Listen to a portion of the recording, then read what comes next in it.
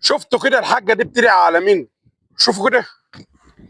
بقى يا راجل يا عرة، عشان ما يطلعوش الفيديوهات بتاعتك اللي لسه ما طلعتش واللي كانوا بيهددوك بيها، وعشان ما تتفضحش اكتر ما انت مفضوح، تنكد على العالم كله، تولع في العالم كله، تنكد علينا في الشهر الكريم.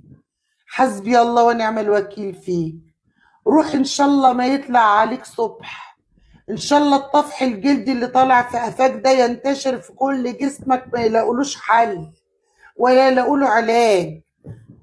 ان شاء الله يا رب يا كريم اسمع خبر النهارده قبل بكره. قولوا امين. اللي مفضوح في التسريبات الرجل البرتقالي. اظن ما فيش اوضح من كده. هيجي واحد دلوقتي ويقول لك ما اعرفش هو مين، يبقى انت بقى اللي مش عايش معانا في الكوكب ده.